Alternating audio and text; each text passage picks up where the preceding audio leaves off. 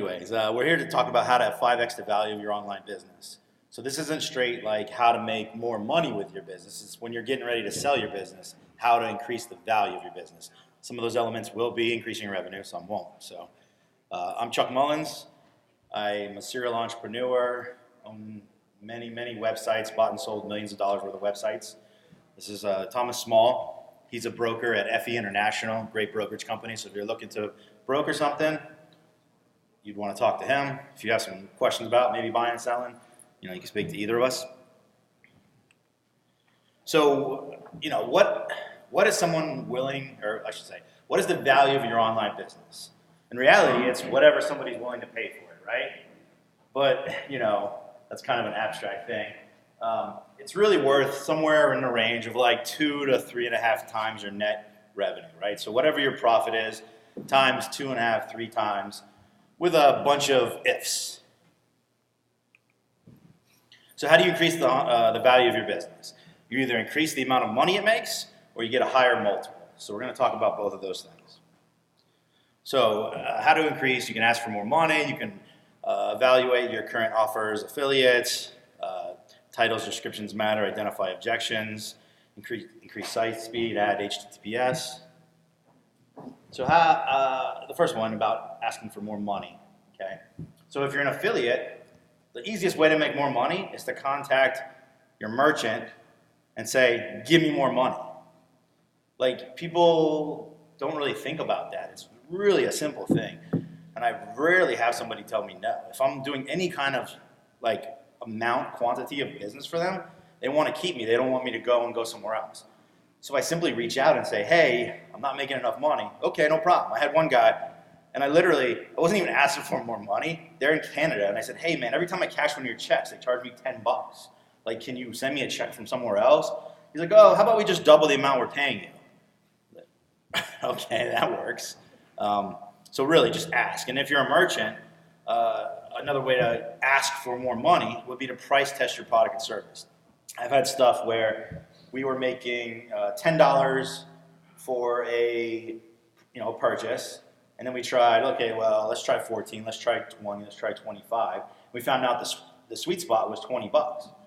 So, we lost a few in conversion, but we ended up making like 70% more. And then on top of that, we said, well, let's not charge for a month, let's charge a month. Meaning, let's not charge them $20 for a month, let's charge them $20 a month until they cancel. Well, that was another 2.5 times as much money. So right there, it's 2.5x.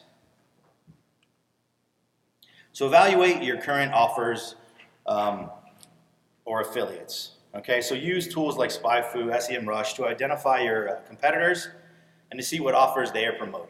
All right, so if you're an affiliate, look at your competitors, figure out what they're promoting.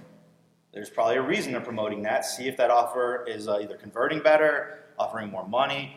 I've had a friend who he went and bought a website, and he knew that his offer, so he was running an offer, and he found another offer. That offer paid 10x what he was making.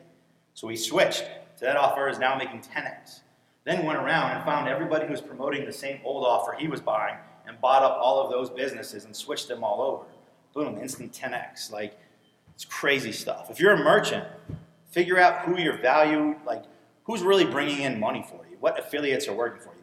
If you have some coupon sites, is the coupon site simply just getting that last click and just pretty much taking money from you that they don't need, or are they actually out there promoting your product to a list? If they're promoting you and out to a list, well then there's probably high value there, right? But if it's somebody who the last thing somebody does is your site coupon, and then they come up and they're getting an affiliate commission off of that, is that worth it to you? So do you need to pay them the exact same amount? Probably not. You can offer them 2% instead of 20%. They're either going to take it or they're not, and if they don't, what are they going to do, right? So additionally, if you are running offers and coupons, you should have a coupon page on your website with one of your best coupons. Now, you don't have to promote that page within your website, but link to it because your page is generally going to rank better than everybody else for your term coupon. So have your coupons, and then you're getting that last click, and you're not having other people, take that from you without really providing any value. So titles and descriptions matter. This is a little bit more technical, right? Everybody's got their, you should have your Google Search Console set up. for each of your domains. Make sure you do it for HTTPS, HTTP, www, like any kind of subdomains. You need to have each of those set up in your search console, because each specific one is only going to grab, if you only have www set up in your Google Webmaster Search Console, you're only going to get the data for that. And then you can look at the keywords that are coming in with traffic, and you look for, like, you look at your list, and you like keyword 1 is getting a 43% click-through rate, and it's ranking in first position. Right? Keyword 2 is ranking the first position, but it's only getting a 27% click-through rate. Keyword 3, again, first position, 13% click-through rate. Now, what's the difference there? They're all in the first position on Google. Typically, it's going to be your keywords and your description. And by simply changing your keywords and descriptions, you can have these things go all the way up to like 43+%, and that can make a huge difference in your traffic, right? If the 13 of 43, that's almost 4x traffic on some of your keywords that are already ranking number 1. And this holds for, ranking number 2, 3, whatever. So you can have some pretty big wins if you've got some keywords that are driving a lot of traffic. So another thing, you want to identify objections and address them. So people have these irrational fears about buying stuff, and you need to address them. So how do you identify them? You can have surveys, polls, user testing. There's, usertesting.com, where you can pay somebody and they'll take a video. You give them a task, they'll go through the website and try to complete this task. You'd be amazed at the hurdles that people have to jump through, like in their mind, to get places that we think are just logical, simple, but they're not. So, a couple ways to overcome some trust seal or some objections are adding like trust seals, Better Business Bureau, Safe Site Certified, Privacy Verified, Verified Seller. All of these little trust symbols you add to the either bottom of your site, or better yet, if there's an objection, so hey, sign up for our email list. Everybody thinks you're going to spam them. So right there, we will not spam you. It sounds stupid, but it works. Privacyverified.org, put the little symbol there. People will be more likely to give you the information. We've added trust seals to our website. I'm not lying. The first one we did, I think it was like a 60% increase in conversion rate. And we're like, there's no way you can get a 60% increase in conversion rate by simply putting a seal. So we have a network of the same exact sites.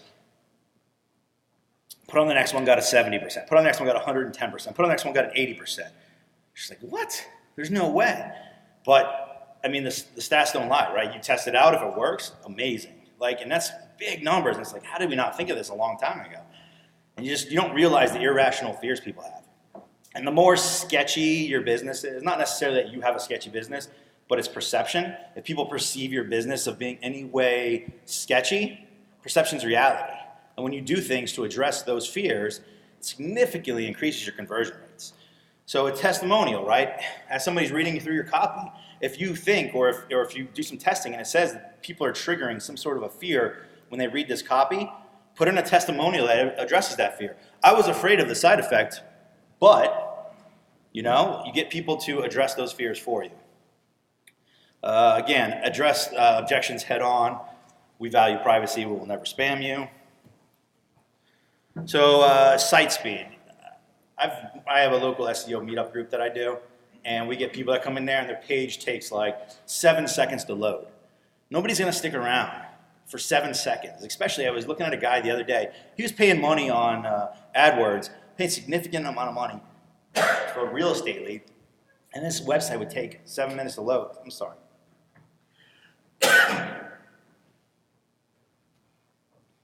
And then I'm like, well, where are you hosting? He's like, oh, I've got like a $3 a month host. How much are you spending on ads? Oh, I'm spending a couple $100. Dude, spend $20 on hosting. You can't have your website loading in like 7 seconds, so speed really matters. So make sure you get a good host. Use Google PageSpeed Insights, webpagetest.org. These are all good sites that show you how long things are taking to load. Add caching to your website, CDNs. So sorry, guys. Buy an SSL. Google's getting ready to drop the hammer on that. So encrypt your whole site, add HTTPS. You got to be careful when you're doing this, though. You got to make sure you're watching your analytics. As in one of my groups I'm in, somebody did and had a significant traffic drop because they broke something. So be careful, test.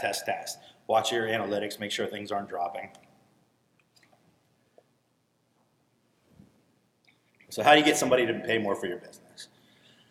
Find a strategic buyer. That's the best way, right? Strategic buyer is going to pay more. Choose the right broker for your type and size of business. I've been looking at a website to buy. It was like 25 grand. Started asking these questions. Okay, give me a P&L. Give me bank statements. Give me this. And the broker literally said to me, something along the lines of, hey, this is only a $25,000 deal, not a $600,000 website. I don't have time to answer these in-depth questions. What? Like, what? If you're somebody who's selling your website, you don't want a broker who's going to tell potential buyers that. Because, maybe that broker was just doing his friend a favor by selling that site. He wasn't doing his friend a favor, right?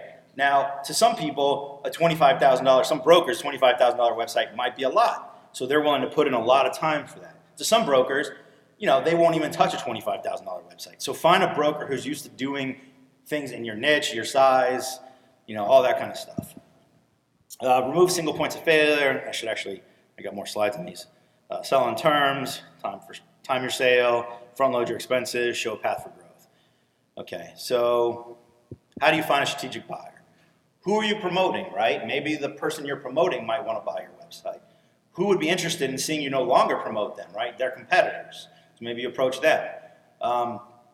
Competitors, so maybe somebody you're competing with who could leverage your audience or the relationship. So maybe you've got a better affiliate deal, right? So I've seen people where they're running Amazon affiliate stuff.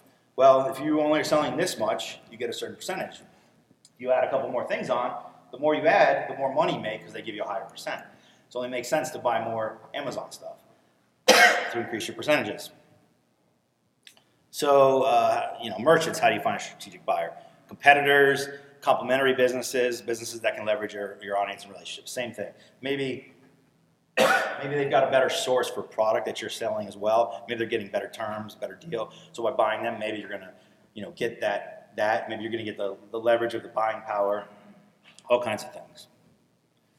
So again, I already talked about this, but choosing the right broker. Remove single points of failure, okay? So when you're buying a business, if you're only having, one type of traffic or, one source for a product, there's risk in that. So you have to get rid of these single points of failure. So you should diversify your traffic sources, your income streams, create standard operating procedures. So if you died or whoever's in charge died or they left the company or whatever, how does the company move on? If nobody knows what that person did, you're in trouble. So outline, here's what Sally does, here's what Steve does, here's what this person does. And that way, as a buyer, I know that, okay, I can plug in a person here, I can plug in a person there because you already say exactly what they do in the process for that. Remove yourself from the operations of the business as much as you can by automating and using outsourced labor, right? So people, when they're looking at the value of a business, if you don't have your time in there as a reasonable amount of money, they're going to take that out. So you say, we make 200 grand. Well, how much are you paying yourself? Well, I'm not paying myself anything. Well, then I'm not going to value your site on that 200 grand because I'm going to say, well, you're probably worth 75 grand or 100 grand or whatever that number is. And I'm going to back that number out. So you have to put people in place so you can truly say either, I'm only working 10 hours. Here I can show you exactly what I do. Or I'm working nothing. I've got these people in place. Plus, when you outsource, typically that labor is going to be cheaper than your time. So you want to outsource as much as you can to pull yourself out of the equation. Sell on terms. Now, if you sell on terms, you're de-risking it for them, but you're putting the risk on yourself, right? Because you're saying, okay, I'll sell it to you for $1 million, just give me 500 cash, and then give me 10 grand a month over this amount of time. Well, you've now taken on the risk. You can get a much higher multiple by doing that, but you're taking on the risk. And as we all know with businesses, if somebody takes on and they don't know what they're doing, tomorrow everything can be gone. So you got to be careful with that. But you could also do seller holdback, seller financing. So you could say, okay, give me 80% of the money right now, and then in 2 months, once you've verified everything, give me the other 20%, right? So you can do a much shorter term. You got to make sure they're good for it, but that's a way to do it. And you can get a higher multiple because you're de-risking it. Clean up your books, document everything, right? Have clean P&L. Use QuickBooks. Make sure everything is trackable and connects, right? If I've got a merchant account, I've got a bank account, I've got PayPal, all of those things need to add up in my QuickBooks files. Because as a buyer, if I'm looking and I see that, oh, well, your bank statement doesn't add up with QuickBooks, and this doesn't add up here, all of a sudden, it starts adding, risk in my head, and I'm like, something's weird here, and it's going to lower your value. If everything is like squeaky clean and makes sense, and boom, boom, boom, your value is going to go up because you've de-risked it for me. So keep detailed list of the work you've done on the site, okay? There's also annotations on Google Analytics. So every time I make any sort of small update, I'll keep like a spreadsheet, not spreadsheet, but just a document in like Google Shared Docs, and just list the different changes in detail of what I've done. And then I go into Google Analytics, and high level, I write what I did at the date that I did it, and that way I can go back and look at my stats, and if I see like this major drop, well, what did I do that caused that drop? Okay, maybe I didn't do anything, maybe it's an update or something, but a lot of times it's like, oh, I changed this, that maybe it broke something. So make sure to keep good records, and that'll help with the person wanting to buy it, because they can see what you've done, and it shows that you're like methodical, you're keeping things clean. So time your sale. Is your business growing at a significant rate? If your business is growing like this, don't sell, okay? Because everybody's buying based on your trailing 12 months, not what you did last month, not what you did the month before. And maybe they're going to give you a little bit higher multiple because you're going up so high, but you want to sell when you're more like this, okay? Because now you've maximized all that growth, and that 12 months has passed, and you're making more, and your growth is slow, but you're still growing. So you're maximizing the amount of money that you can get. On the opposite, if your business is declining, don't kid yourself. Be realistic. Can I pull this up? If I can turn it up and get it going back up, do it. If you can't, sell it as quickly as you can and let somebody else try to do it. Because every month that it's going down, your revenue is going down for your trailing 12 months. And it's just going to compound. So sell it as quick as you can and get out. So front load your one-time expenses, okay? So if you're gonna grow something, you know you're gonna do all this stuff, don't have these expenses that you say are one-time expenses that go for 6 months or a year, and you've been doing them for the last 6 months, right? As a buyer, I see that. Those aren't one-time expenses. You're having to do that to make your money. However, if I say, okay, I'm gonna do this project, and I front load it at the very beginning, and I pay for a bunch of stuff, get all these one-time things done, boom, I know I'm gonna sell in 12 months. Well, you know what, I'm gonna sell in 13 months. Because I paid for it all this month. It's all going to fall off my balance sheet for the trailing 12 months, and now I have a clean 12 months moving forward where I didn't have all those additional expenses. Now, technically, you're supposed to, as a seller buyer, when you're looking at it, if it's a one-time expense, you're not really going to count it. But as a buyer, I'm probably going to still count it to some degree and say, well, was it truly a one-time expense? So front load that stuff and try to get it off your books. So here's a bunch of tools that you can use for like due diligence. Centurica, they do due diligence for buying websites. So you can say, okay, here's the website, look around and do a bunch of due diligence. You still got to do your own, but it's good to have a second set of eyes do some stuff for you. SpyFu, I don't know if you guys have seen these, Moz, SEMrush, Majestic, Ahrefs. Those are all great for like doing competitive research, figuring out what your competitors are doing. If they're running ads, you can go and see what ads they're running and kind of stand on their shoulders. Screaming Frog, great for running across your own website. It's a crawler that will crawl your site, show you all the different errors, 404s, 301s, 302s. If you've got all these extra 301s that you don't need, you can go back and fix the original link that was linking to this, that was bouncing here, that was bouncing there. You can just go and put it to where it should be going, right? You don't want all these hops on your website from an SEO perspective. Deep crawl, same thing. Scrape box. Domain tools, that's good for looking up domain information. Archive.org, I use that a lot to see what people were doing in the past. If you're buying some smaller sites, somebody might have bought an expired domain that was spammed, and so you want to see what was going on with that before. Copyscape for checking out, if people have been copying their content, built with to see what kind of underlying stuff they have. You can use state websites, so I always go and look up, make sure that like if they say, oh, we're from Nevada, I go and look up, make sure they got actual business in Nevada, right? Some more Google Trends. I bought companies, and you look at the Google Trend, right? Does everybody know what that is? Where it shows you for specific keywords how the keyword is doing over time. I've managed to buy it just at the peak, right before it turns and starts crashing. It's like, man, if I waited 2 more months, but you never know what's going to go on with that stuff. Band check, Facebook, LinkedIn, Twitter. Look up all their information. Just a bunch of extra tools here for running your stuff. So this would be more for like management stuff. So Hubstaff allows you to track employees. So if you're outsourcing labor, instead of using like Upwork or Odesk, which is now Upwork, you can do Hubstaff, and they'll do like time tracking where it captures their screen, tells you how long they've been working. You can track the progress. Basecamp, great for project management. Main WP, if you're running multiple WordPress installs, you can manage them all. Deposit photos, very cheap stock photos. You can get them on, there's an app, you guys heard of AppSumo? I think it's AppSumo. They do like weekly specials, and you can get for 39 bucks, it's like once or twice a year, you can get 100 stock photos for like 39 bucks versus going to like stock photo and paying 15 bucks a piece. They got really, really good stuff. Digital marketer, Safe Site certified. So that's my presentation. Thomas is going to speak next.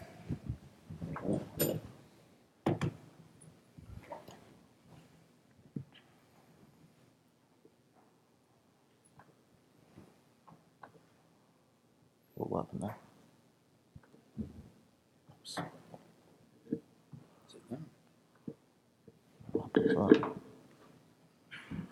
So I'm going to run through a presentation. That'll be about another 20 minutes, and then we'll jump into Q&A for anybody who still has questions. Cool.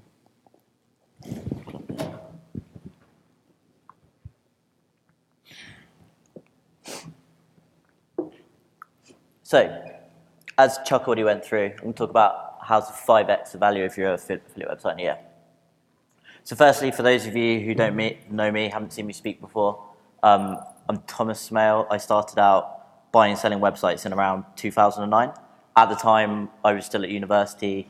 I was buying websites for like $50, reselling them for $200 a few weeks later. I did that quite successfully for a few years. Off the back of that, I wrote an ebook about how to buy and sell websites, which got really popular at the time.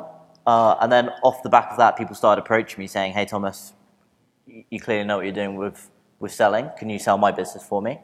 So that's how I fell into brokerage, which created FE International in 2010. So we're a specialized website broker. We deal with SaaS businesses, e-commerce businesses, and content-based businesses. So that might include affiliate websites or AdSense websites, various type product sites. In the last 6 years, we've completed just over 475 deals, which is about $75 million in total value. Last year, we grew around 130% in total value of deals and also in our fees. We currently have a team of 22. We have an office in London and an office in Boston. We're just opening an office in Saigon in Vietnam at the moment as well. And we're 100% self-funded. Started out buying and selling, and now we just do brokerage. So firstly, before we go into too much detail on like specifics, I think it's important to figure out what buyers are actually looking for. So if you have a business and you're ever thinking about selling it, even if it might be 5 years down the line, it's really important to figure out what buyers are actually going to be looking for when they do come to buy. And a lot of people as well, you might own a business at the moment you're not thinking about selling, but you never really know when circumstances may change. The website or the business might start to drop. You might have another project that takes up a bunch of time. You might have like an emergency that requires some cash. So being in a position where you can sell is really important.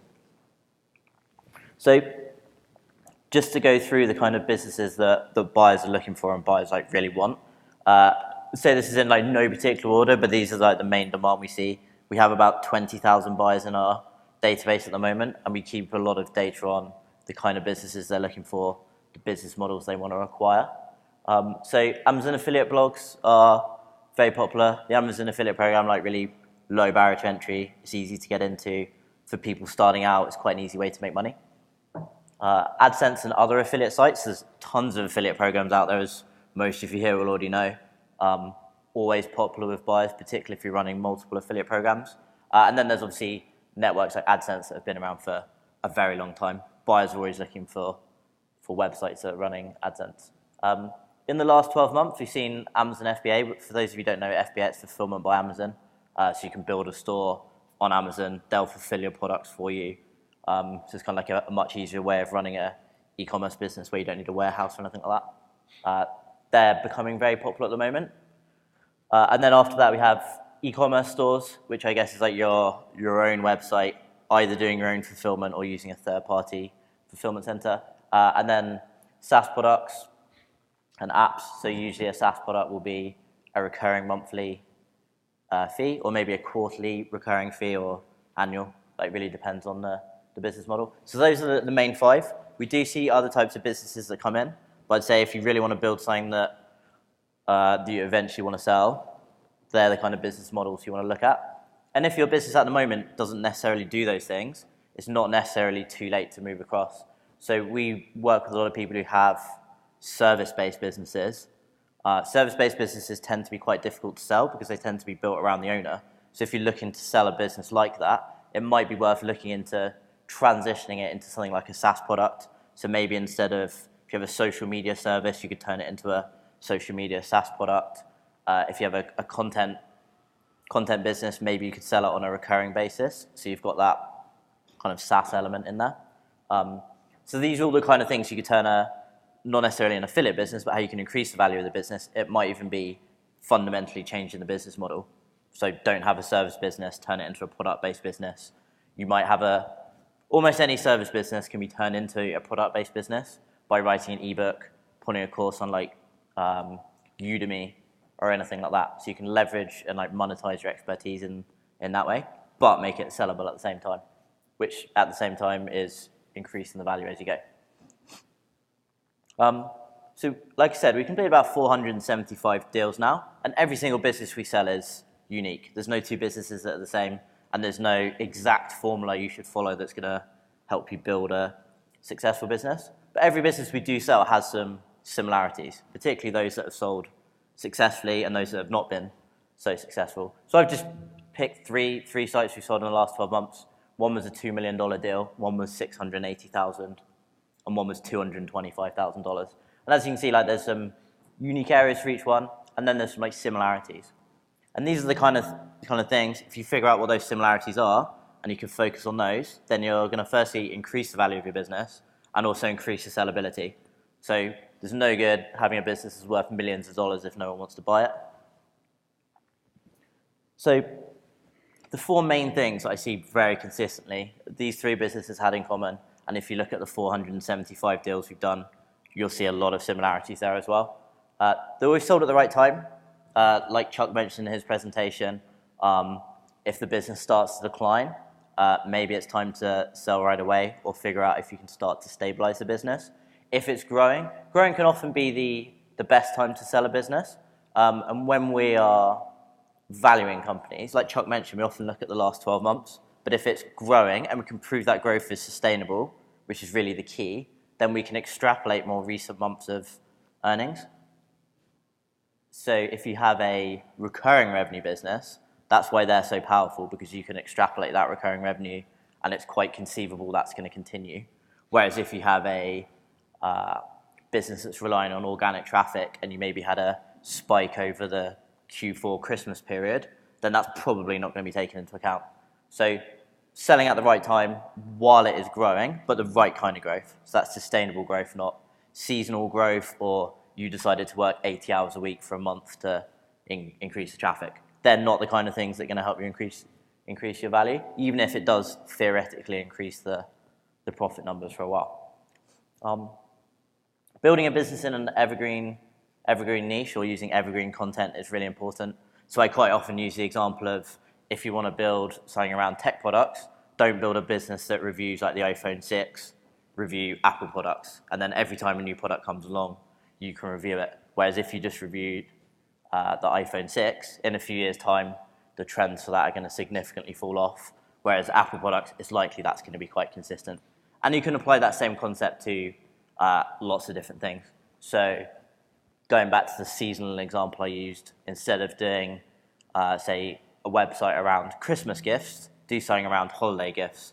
So then you can cover things like Halloween, Valentine's Day, all the other different holidays, and that's a good way to kind of hedge yourself so you're not relying on those seasonal spikes.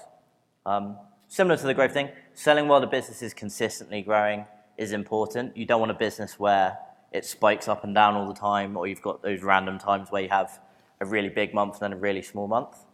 It's not going to look sustainable, and from a buyer perspective, that's not really going to increase the value in their eyes. So having that kind of consistent growth curve is much better than something going like that.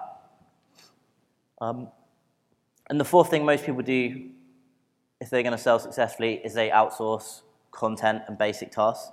Like Chuck mentioned, the amount of owner involvement is a really important factor in the value of a business. And if you want to increase the value, reducing the amount of time you spend on a business is really important. And while your time is not technically a cost we take into account, it's certainly something buyers will look at. If you're spending 80 hours on a business, and then there's an equivalent business where someone's spending 10 hours, the business with 10 hours a week is definitely going to be worth more than the business of 80. So there are tons of different ways you can outsource tasks, document your systems and processes, hire a virtual assistant, find a third-party content agency who can write content for you. So probably the most common question I get when I'm speaking at events or people call up to the office, it's, hey, I've got a business, what's it worth? So I'll keep this relatively brief and then I'll jump into a case study. So firstly, we use instead of net profit, most people hear that businesses are sold on a multiple of net profit. We actually use seller discretionary earnings, which is effectively the net profit of business, not including anything the owner's taken out. So I think Chuck mentioned it in his presentation as well. What the owner pays himself is not relevant, but as I mentioned in the previous slide, you've got to remember that owners will look at the amount of time you're spending, and even if it's not a cost on your P&L, it's definitely something people will look at. So when we value businesses, we've built a valuation model which pulls in data from the last 475 deals we completed. It has about 20,000 data points. So very much a data-driven firm. We don't just create valuations out of thin air. They're really based on deals we've actually completed. We know that's what buyers are going to pay. We can be very kind of consistent with what we think a business is going to sell for and have a very high success rate off the back of it. Businesses we take on, we have around a 95% success rate for actually selling. And that's partly driven by the fact our valuations are so accurate. We don't have unrealistic valuations, and we're very honest with what our business is worth. So as I said, we look at a multiple of seller discretionary earnings. On a slightly earlier slide, I went over some different business models and how popular they are. So SaaS businesses tend to sell somewhere in the region of 3 to 6 times annual SDE. Content or affiliate-based websites tend to be somewhere in the 2 to 4 times annual SDE range. And then e-commerce businesses as well tend to be in the 2 to 4 range. There are some exceptions, but I'd say if you look at 90% of our deals, they're going to fall somewhere in that range.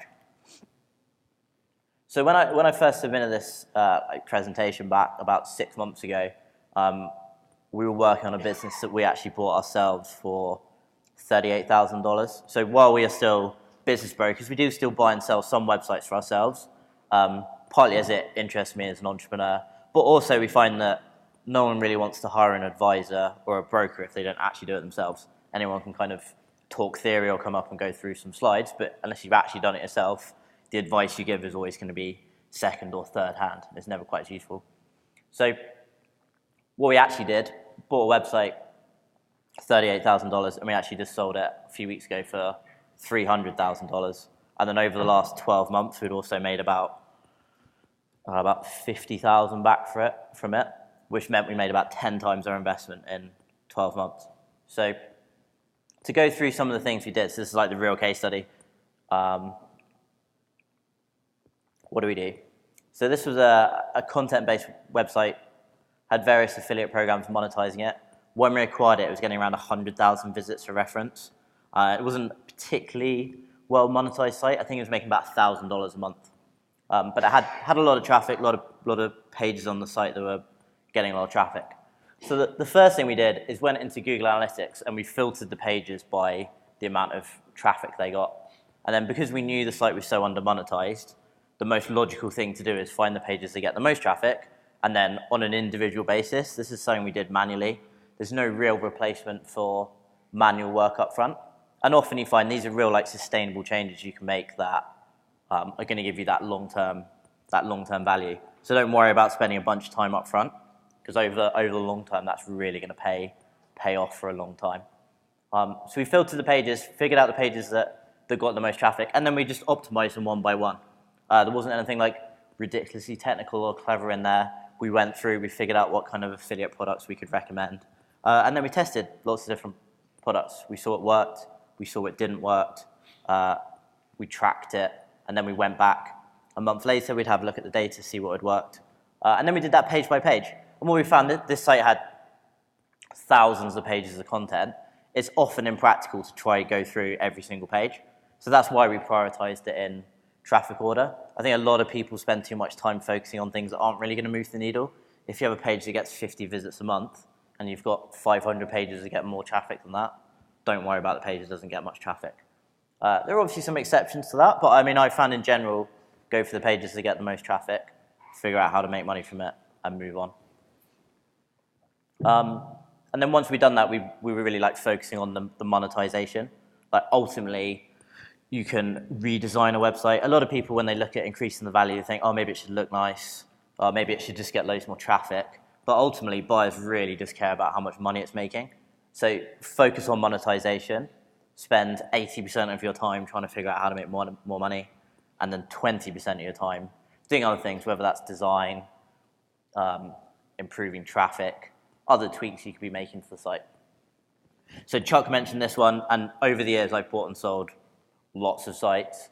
And I think one of the key things that I've always done very successfully, and I really don't see owners doing this very often, is negotiating with affiliate managers. If you've got an affiliate program and you're doing well for them, just speak to them and ask for more money. There's no like secret or trick to the negotiation. I found that just speaking to them is the way to go. A lot of people kind of feel intimidated about asking affiliate managers for more money, but ultimately it's their job to help drive their network more sales. And if you're successfully driving them sales already, then they're going to want to work with you. They don't want to lose you to another competitor. So that's one thing we did. And then similar to that, we also tested lots of different networks. And Chuck mentioned this. He's like talked about looking for networks that pay out more. What we actually found is that when we looked at a lot of our competitors, they were all running, there was about 3 affiliate programs they were consistently running. And the reason they were running those affiliate programs is because they had the highest payout. So the industry we were in had web hosting reviews, as an example. Some of these hosting review companies will pay like $150 or $100 per sign up. So the temptation as an affiliate, if you're just trying to compare on a like-for-like basis, you're going to pick the network that pays out the most, which is the obvious thing to do. That's what all our competitors were doing. So that's what we started by doing. And what we actually found, when we tested some networks that paid out far less, they actually made us far more money because they converted at a much better rate. So you might have got $100 instead of $150, but if that converts 3 times as well, then you're going to make significantly more money. So while it is important to look at your competitors, and I would always suggest looking at what they're doing to figure out what you should be doing as well, don't forget that they're not necessarily doing the right kind of testing, and the highest payout is not necessarily the thing that's going to make you the most money. And then test different things as well. I mean, it really depends on the kind of business you have. I mean, this one was an affiliate site. It's an affiliate conference, so that's the example I'm using. But you can test lots of different things. You can test display advertising versus affiliate ads. So in this case, when we took over the site, they had AdSense and media.net on a lot of pages. And we figured we could do a little bit better with affiliate programs, and it turned out we were right. And then we also tested another thing. So in one of the earlier slides, I talked about how SaaS businesses are very popular and tend to sell for the highest multiples. And the reason that is, there's various reasons. One of the main reasons is those businesses have recurring revenue. So that's a sustainable source of income that buyers can see. If buyers can see it's sustainable, they're going to pay more for that business, and that business is going to be worth more than an equivalent business that doesn't have that. So we had a lot of private advertisers on the site. They would pay like $100 or $200, $500 to be featured. And for that, they might get a guest post, or they might get a year on the site, or get added to a certain section. So one of the things we did that has made a huge difference to the site, and lots of people can't be bothered to do this, we literally just set up a recurring monthly fee instead of a one-time fee. So instead of paying like $200 to get listed, they'd pay $50 a month. You don't make quite as much up front, and a lot of people kind of chase as much as they can up front. But like I said a little bit earlier, if you spend that time to set things up right from day one, you might spend a little bit more time, you might make a little bit less money up front, but that $50 a month over the course of the year adds up to 600 versus the 200 or 300 you could have got. And then that's also recurring, so a buyer can take that business over and they have that revenue themselves, rather than having to say, well, I don't know how to sell, I don't want to find any new advertisers that are going to come in. They already have those there, so they've got that existing base. And that really made a big difference when we spoke to the buyer. They saw that there was some consistent income coming in. Worst case scenario, if they didn't have time to work on the business or they couldn't find anyone else to sell the product to, they still had some income coming in. Another thing, I mentioned this in one of the earlier slides around value, but hire a virtual assistant. There were lots of tasks on the site, so like I said, hundreds of pages to go through, often had to be done manually. So what we did is we just hired a VA to go through some of the pages, identify things they thought would work, created systems and processes for them to follow. A lot of the times I find in most businesses we look at, maybe 10% of the tasks require a really high level of skill or some owner involvement or some like speciality. 90% of tasks in the vast majority of businesses are relatively simple to outsource. Almost anyone can do them, particularly with some training and documentation. And from a buyer perspective, that makes a huge difference. If you can take over a business and you know there's a VA doing, say, 90% of the work, and the owner's spending 5-10 hours a week, that work's still getting done, but it's not the owner doing it. And a lot of people, when they think cut down owner hours, what they do is they just stop doing stuff. And they say, well, I was doing 4 posts a week, now I'm just going to do 1 post a week. Don't do that. Find ways to replace those existing tasks with either a VA, find a third-party service. Lots of different ways to do it. Really depends on your business. In our case, we outsourced a lot of the content. The previous owners were writing the content themselves. And they were really sporadic. They were quite busy. Sometimes they would write 6 posts in a month. Other times they wouldn't write anything for 3 months. We were the same, so we just hired someone, weekly post, nothing particularly special or fancy in there. And if you're doing SEO in general, I've always found that consistency really wins. Publish consistently, and that's going to be a lot better than being a lot more sporadic. And that really helped increase the value because the owners, or the new owners, when they were looking at acquiring the site, they saw that the site was consistently updated, and they saw an opportunity to increase that. So now they've taken over the site, they're now doing 2 posts a week instead of 1.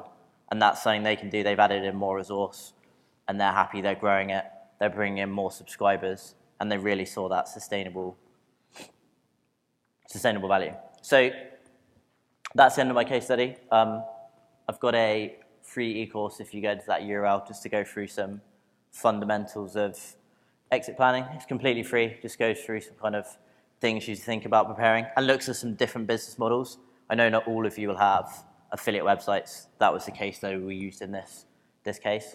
And the slides will also be up a little bit later. So thanks. We're now going to take some joint questions. If anyone's got any questions, because the session's being recorded, could you come up to the microphone, please?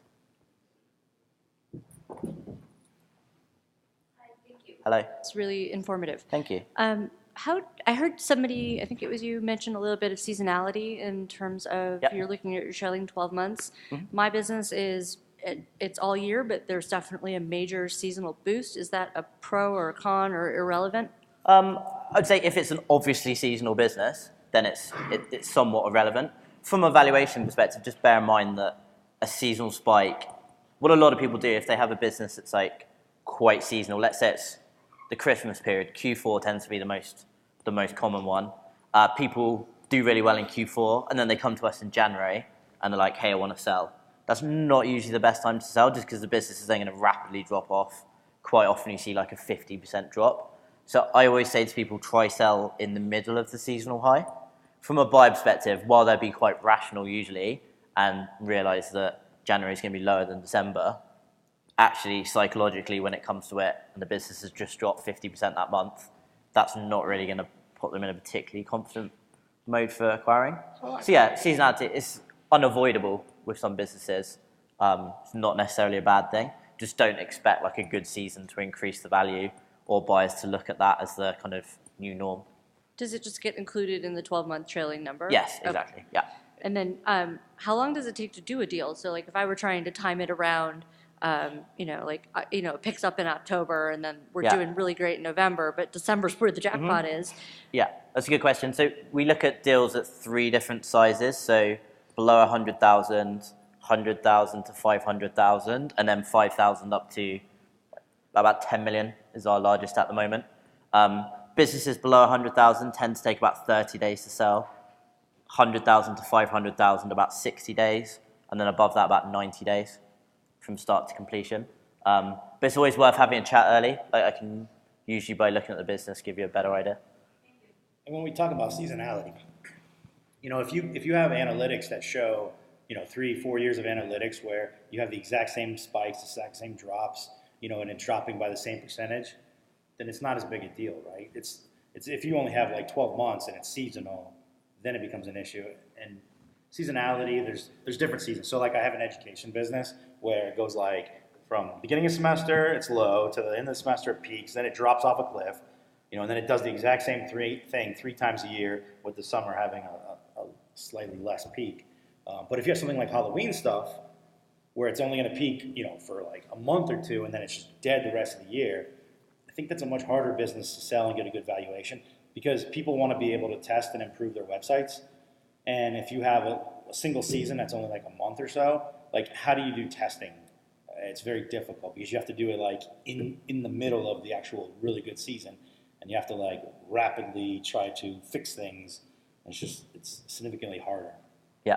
So just to add to that, if you like, for example, if you do have a business built around Halloween, I think I use the example of like doing holidays in general. So then you can have, it's still seasonal, but there's lots of seasonal spikes in there rather than one, which like Chuck said, if it's something very short, like Halloween, and basically no one buys anything for the rest of the year, then that's a little bit more tricky. If it's an e-commerce business where your sales double in Q4, that's quite standard. Yeah, almost all businesses are seasonal for, they all have a peak at some point and drop. So yeah.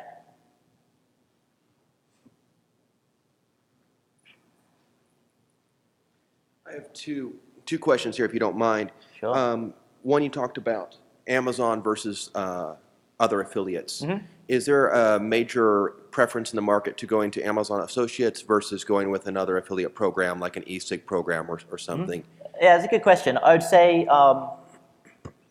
buyers tend to like familiarity. A lot of people know the Amazon affiliate program. From a seller perspective, it's really easy to get into. It converts really well. So some other affiliate programs you tend to find can be quite difficult to convert. Whereas Amazon, anyone can send traffic to Amazon. If you send 100 visitors, someone is going to buy, even if your website's complete trash. Exactly. With some of the other specialized affiliate programs, you need to be a little bit better. I'd say the one thing that buyers will look at if you're using a private affiliate program, they might look at the size of the company. So something like Amazon, it's highly unlikely Amazon are going to go out of business. From a buyer perspective, they're not going to be too worried about that income stream going away. If you're promoting something like eSig, for example, it's quite a renowned industry with companies that come in for a couple of years and then vanish off the face of the earth. So if you are doing something like that, I'd recommend having maybe 5 networks in there. Okay. And then, even though they might be small networks and they might not be public companies they've heard of, at least if one source dies, you've still got 4 others. Whereas if you just have one, buyers might be a little bit skeptical and a little bit worried. So even if you've got one that makes more, kind of have multiple on there just to kind of hedge yourself. So I would almost completely I would take the opposite point. Okay. That Amazon to me is far more risky, and I don't buy Amazon businesses because we had a big shoe store and we were looking at acquiring another one to bolt on, and 1/3 of the revenue came from Amazon, and we were like this close to pulling the trigger with like going through the due diligence, and Amazon changed some term that made 1/3 of that business's traffic gone. Wow. Like just gone. Mm-hmm. And that can happen with any business, but you see a lot. I mean, Amazon isn't there to sell your products, they're there to sell their products. So any kind of niche that you get into, if it's big enough, they're going to come in and start doing Amazon Basics or all these other things. You also have the competition. So if somebody's killing it with their product or whatever they're doing, other competitors are going to be able to see that you're doing well in that, and they're going to come in. So I always say, if you're buying something, don't buy it based on like a hack or based on if you're doing some kind of tricky thing. Like if you're, not to say it like in a bad way, but if you're exploiting some kind of exploit, like other people are going to figure that out, or it's going to get plugged. So like, be careful with those type of things. You know, like if you're just, Amazon business is scammy because, so. Yeah. I'd say, one thing to add to what Chuck said, we obviously have about 20,000 buyers in our database at the moment, I believe.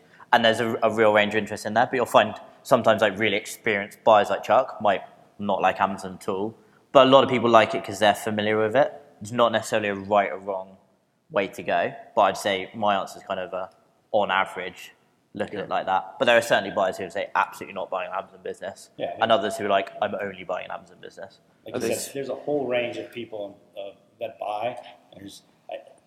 There's a lack of sellers in the market. There's not a lack of buyers.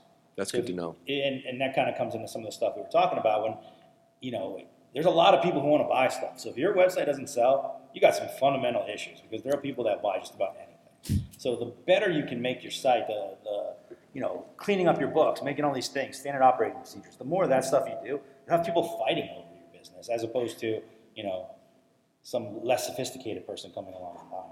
Awesome. That's a great point and counterpoint. I appreciate that. And then that leads right into my second question. You know, right now I have just a bunch of websites and a bunch of money. It comes in through an LLC, and I have an accountant that, you know, keeps track of that, but we don't track it by website currently. So do you see people like breaking websites into their own LLCs, especially when we get to like that $500,000 valuation? Yeah. Should I be looking at having each website in their own LLC, or kind of how would you structure the business, especially with that thought of kind of $500,000 plus valuation? So avoiding giving any tax advice. Most sales we do will be, well, in fact, all sales we do will be asset sales. So you're not selling the underlying LLC. So if you have 500 websites or 2, doesn't make any difference from a saleability perspective. But you do need to be able to separate out the revenue per website. One thing you often find sellers who might have, say, 10 websites, they might have a shared resource. So they might have a virtual assistant or a content writer, and they might write an article for 10 different sites. So in that case, but most buyers are quite practical. We usually just pro-rata the cost. We say, okay, you're paying them $2,000 a month and they're spending a tenth of their time on this website. Then we take that as $200.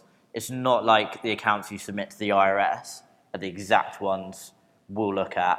I mean, we will look at it, and so will buyers, but you're also going to be practical, particularly if you've got multiple businesses. But do make sure you can separate out the revenue, whether that's different tracking IDs or whatever that might be. But you don't necessarily need to have a separate LLC.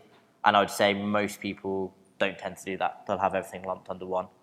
So again, if we're talking about maximizing the value of your business, you know, if you've got a $500,000 business, how much does it cost to have an extra LLC and an extra, set of, accounting stuff? Like, I would definitely separate the stuff. You can have like a holding LLC with another one underneath it, so everything kind of flows to one company. Again, no tax advice, but or legal advice.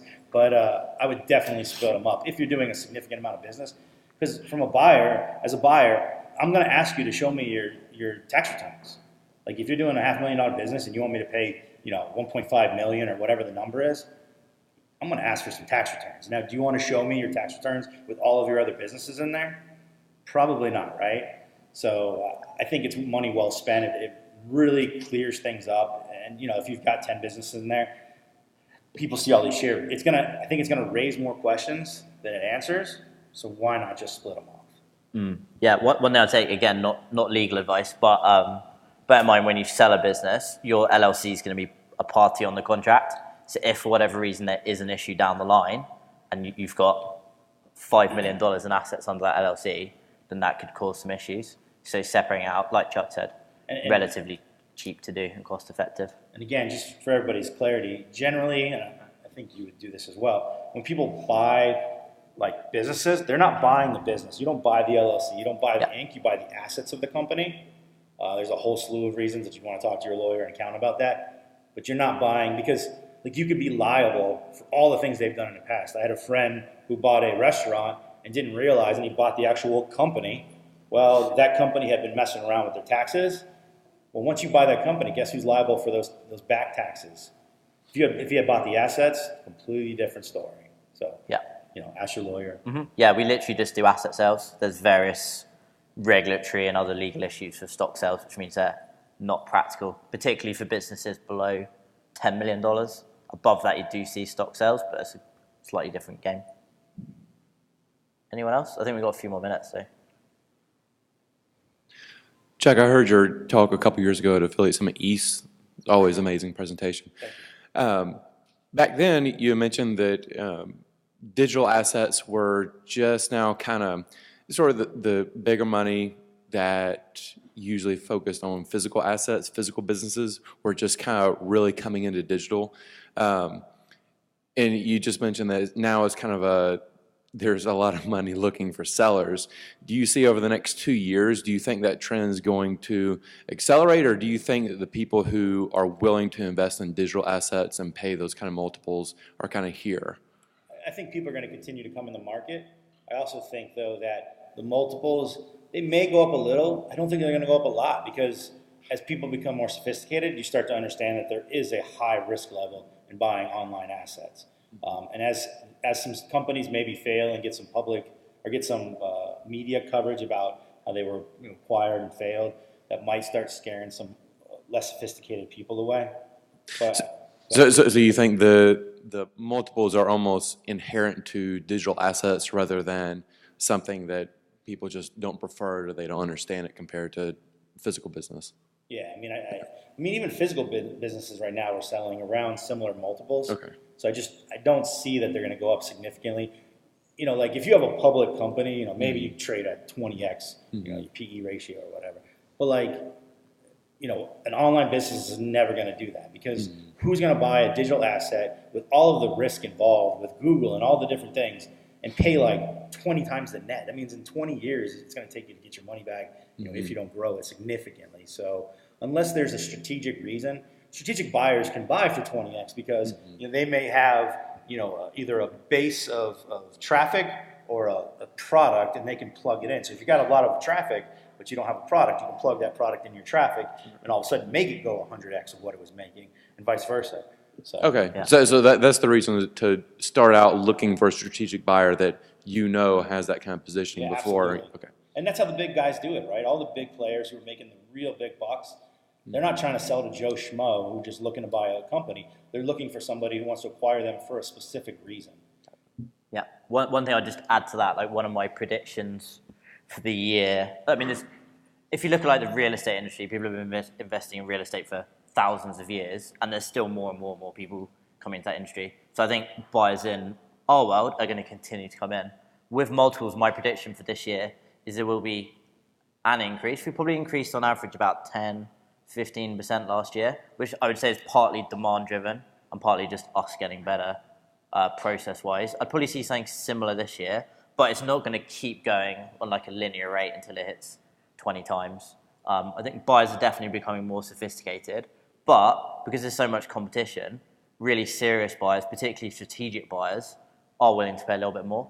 So they might completely ignore the industry standard multiple, and they'll quite happily pay, say, 5x, which is unheard of 2-3 years ago, because it's a good fit. Which is why Chuck mentioned, I think, in his very first slide, if you're going to work with a broker, find someone who's actually sold a business like yours before, because chances are they're going to have buyers who are looking for that type of business. Don't sell a e-commerce business with someone who only sells affiliate sites. Absolutely. So that'd be my kind of thought. Again, when we're talking about multiples here, we're talking about the average general. We're not talking about strategic buyers. Strategic buyers can just blow it out of the water. Yeah. Right? And like a truly sophisticated buyer isn't going to care what your revenue is, because they're going to know what your traffic is, where your traffic's coming from, and they're going to know how to monetize that traffic the best. So it's all about finding just the right buyer for you, but it's not always something that you can do. There's not always a perfect strategic buyer for you, especially if your site's kind of. Yeah. I'm sorry, only one question. I'm just kidding. Queen of questions, though. So I have never bought or sold any of my websites, and I came here to kind of learn about what I might do to increase the value of my existing one, but I've had some conversations here that make me think I want to start buying websites. And so, my personal strengths are in SEO, content generation, really good with numbers. when you buy a website that you think you can turn around and do something better with it, how long does it take to establish a profile? Is it still just that 12-month, trailing 12-month thing that you're looking at? So I'm looking at holding it for at least a year or until I see it level out at a year's worth of Depends on growth. how you want to maximize your revenue, right? So there are people who will sell in 6 months. You buy something, you just ramp it up. But I would say typically the longer you hold it, the more history you can show at those elevated numbers, the more money you're going to get. So yeah, you can sell it after 6 months, but you're not going to get the maximized Okay. value from that. And I would say the key there is, I mentioned in one of my slides, sustainability. If you can prove you've made a fundamental shift. So let's say, really simple terms, your website's making $5,000 a month, and that's 100 sales at $50, and then you double that rate to $100, and you're now making $10,000 a month. Then buyers will look at that and they'll say, actually, the value of this business has doubled, and you don't necessarily need years of history. If you're doing something like SEO and content, my experience is that's not going to be an instant win. You're not going to suddenly see the traffic triple in a week, unless they've done something really stupid or fundamentally wrong. More likely 12 months. And like Chuck said, longer the better. Okay, cool. Thank you. I think we've probably got time for like one more. I think we're done. If you have any other questions you want to talk to us, we'll Do you want to do one more? Yeah? One more.